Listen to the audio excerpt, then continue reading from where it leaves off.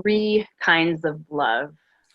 And you'll see that there's two people who are inside like this cube.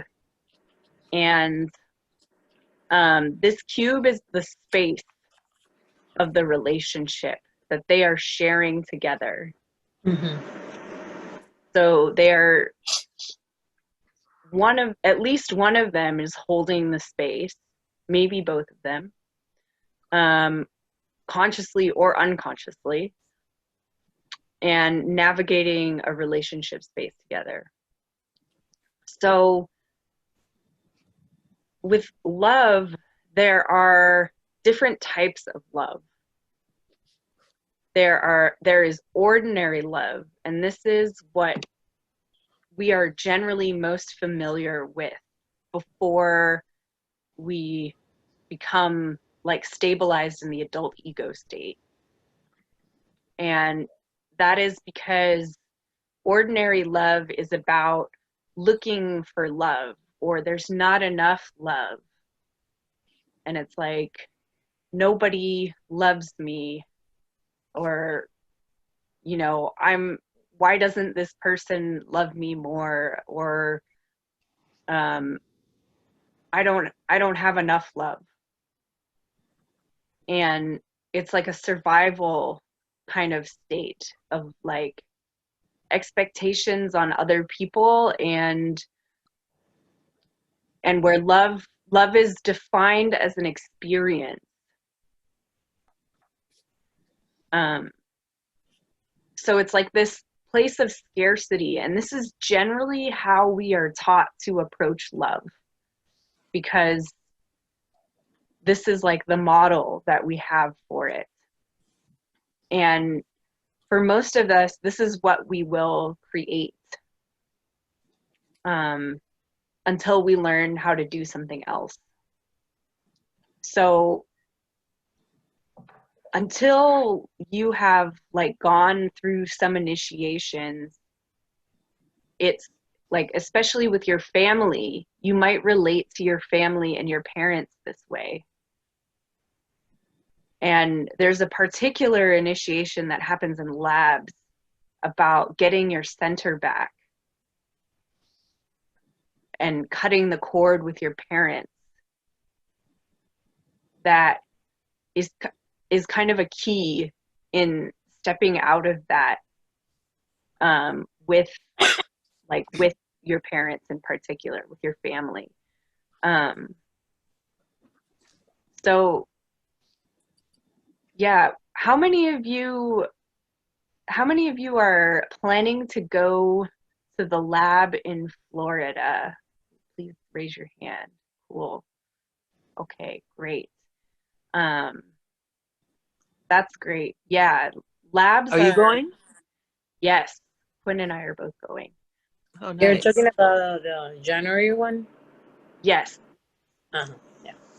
Yeah. Good. Good to see you. Yeah. And so it's possible that process will happen there, which is great. And that doesn't mean, even if you don't go through that process, it doesn't mean that you can't step into adult responsibility around love, because it's also a lot about clarity. Like, when you know that you have the option, then you have the option. So how many of you have ever felt like seen yourself relating in this way of ordinary love, like either towards your parents or friends or other people? Raise your hand. Yeah. What just? Yeah. And yeah, this is, so we're all familiar with this ordinary love. And another option is to be an adult responsibility to source love, to be the source of love in a relationship space. So the adult state, the adult ego state happens in the here and now. And it is responsible. So that means taking responsibility for sourcing or creating love rather than expecting or hoping for it from others. And that can be like an individual or a community or just life in general. And if you shift into this state, it's a completely different way of relating to people and to the world. And there's also more possibilities. Like, because think about, like, from a state of like neediness, I'll just say it that way. Like, how much love are you able to create from that state?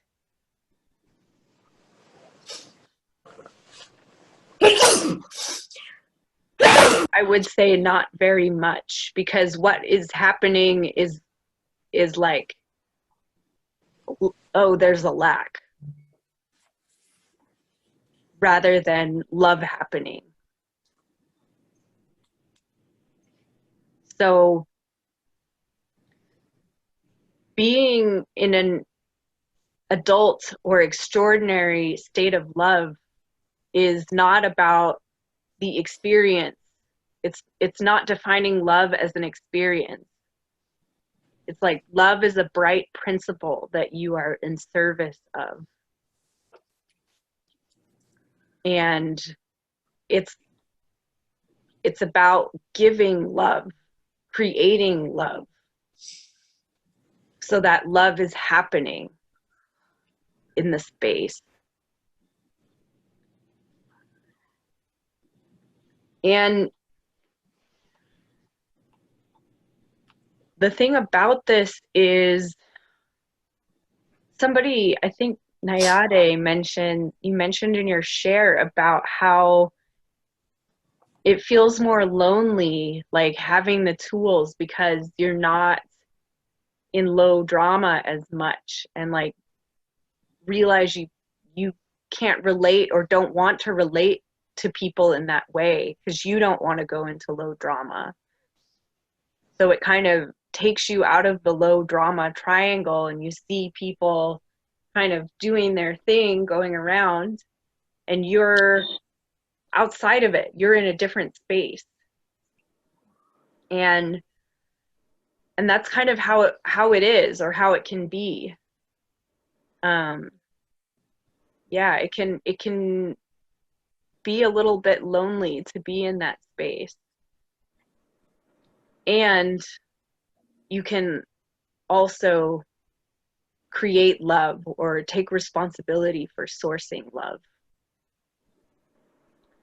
Because, like, so these two people in this little car, or this little space that they're in, this relationship space together, even if they're unconsciously creating low drama or ordinary love, they're still navigating a space. It's just like an unconscious underworld navigation, mm-hmm. rather than a conscious navigation of creating love. Mm-hmm. And there's also archetypal love. And that is like, love is all that there is in the space. And it's impersonal, and it's powerful. So it's like, when there is a space that is just like full of love, and that's what's happening in the space, that's archetypal love. It's like the bright principles coming in and just flooding the space. And it's impersonal because it's like not attached to story. It's like someone in the space has taken radical responsibility and become love, and that love just fills the space.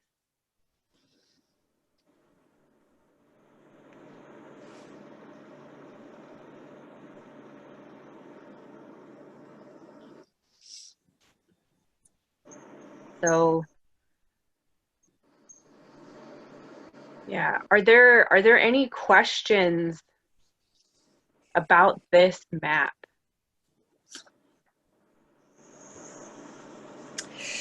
I just have this idea of that it can be kind of tricky when you're still in my stage of knowing the PM tools, like taking radical responsibility. It's almost, for me, sometimes rescuing people. Like, let's say I'm in a party and I want to like help and do this and do that. But sometimes that could be then I feel not enough, and then I have to do something for them to feel, oh, she's here, she's helping. I don't know. It's kind of like something that came to me now. Mm-hmm. Yeah, thank you. Yeah, I think there's an important distinction there, Niade, about like what, because you mentioned that in your share too, like taking responsibility kind of versus rescuing. And I think it has a lot to do with the intention of where it's coming from. Like, is it coming from a place of like, this person is not okay and I have to fix them or fix the situation or be in a certain way that so that people like me? Or is that I'm gonna be in service of love, or be helpful for no reason, or from your own authority, rather than like adapting to what they want, or trying to fix something. Great, yeah, big distinctions. Mm-hmm. Thank you. Yeah.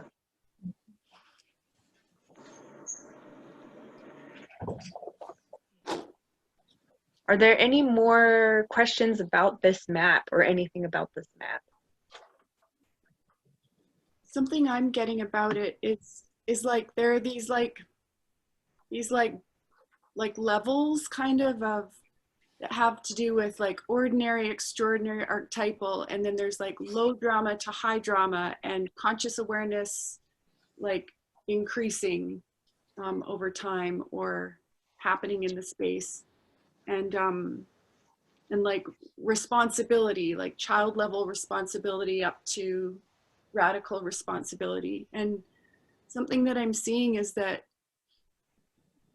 depending on the purpose of the space, like if it's a training space, then training's happening because that's why the people are in the space. When it's in a social family gathering space, I can see how maybe sometimes I unconsciously forget to take off my possibility manager hat and my space holder hat and just be holding the space and scanning it for what purposes are there, rather than kind of wanting to impose my purpose of maybe if a Christmas gathering will be more a transformational space if I kind of give it a break from being a transformational space. And I'm just seeing how, because I had the experiment idea from Vera. She had talked about going into a family situation and just making a commitment to the commitment she noticed other people had. And I tried that when I was in a Zoom call with my family, and I really like how it went. that I wasn't trying to get everyone to the edge, you know, like, or I wasn't resenting people for not being at the edge. I was just, oh, where are they? What are they committed to right now, right here? And like, it was a real relief. And I came out of that with more joy than sadness. And it was like my first Christmas gathering ever that I can remember, of coming out of it without kind of this like falling through a bottom of something. I'm really appreciating this, and I'm really appreciating all the different little experiments that I've been have been coming my way as possibilities for like how to experiment in becoming a source of love in a space, like in all different kinds of spaces that have all different kinds of purposes.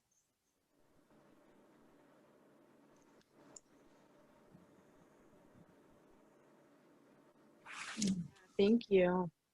Thank you, Nicole. Thank you. And I'm also really noticing that there's like a word, and I couldn't tell what it said. It's in the ordinary love, the second word from the bottom. I was like, what does that say? And then I was like, oh, evidence. It says evidence. And I just, like, the difference between scanning and like looking for evidence that love isn't happening. And instead scanning to see what is happening, where love is happening, or where possibilities for more love are happening that I can like appreciate and like maybe magnify. Great, thank you. Thank you. Yeah, thank you. Yeah, I'm glad you figured out what that word was, because I couldn't read it either. Yeah, and that sounds great, Nicole. It sounds like you had an experience of like extraordinary love with your family. Yeah, I think I had, like, it was definitely toward that more than toward the low drama ordinary. And it was on purpose. It wasn't just by accident. Like it has kind of got like that by accident, you know, when I was having a good day. And I am right now just also feeling the sadness that is about like the cost over the years of just not knowing. And I'm okay with that, because, you know, I get that I couldn't have, you know, I could, like that thing you said, as soon as you know you have an option, then you have an option. And yet knowing I have an option, like I forget I have an option. Like it's like this constant practice of remembering that I have an option. Mm-hmm. And I'm still getting the hang of that. And I can really get knocked out. Like, I guess it's my gremlin who knocks me out and says, you don't have an option here. That person is deciding for everyone. And I had a bit of that in my space with my family, because one of the people in my space, like, they're used to setting the context, and I don't think they're aware. And I don't think, like, the distinction of context setting isn't in our family space. And now I have that. And so I wasn't wanting my gremlin, like me and my gremlin were kind of like, okay, we don't want to like interfere, interrupt, or wreck the space. And yet we also kind of want to set context here. So how do we set context without overdoing it, you know, like without kind of pushing context and wrecking the space? And I know my gremlin is been in the past has really been either or about that. And then I've also beat myself up for not doing more to set context when I didn't have the clarity about what that even is. Woohoo. Thank you. Relate to that. Yeah. Yeah, I really like that you brought that up, Nicole, that about like how when you're with your family, the space can serve a different purpose, or not even just your family, but, you know, in any situation.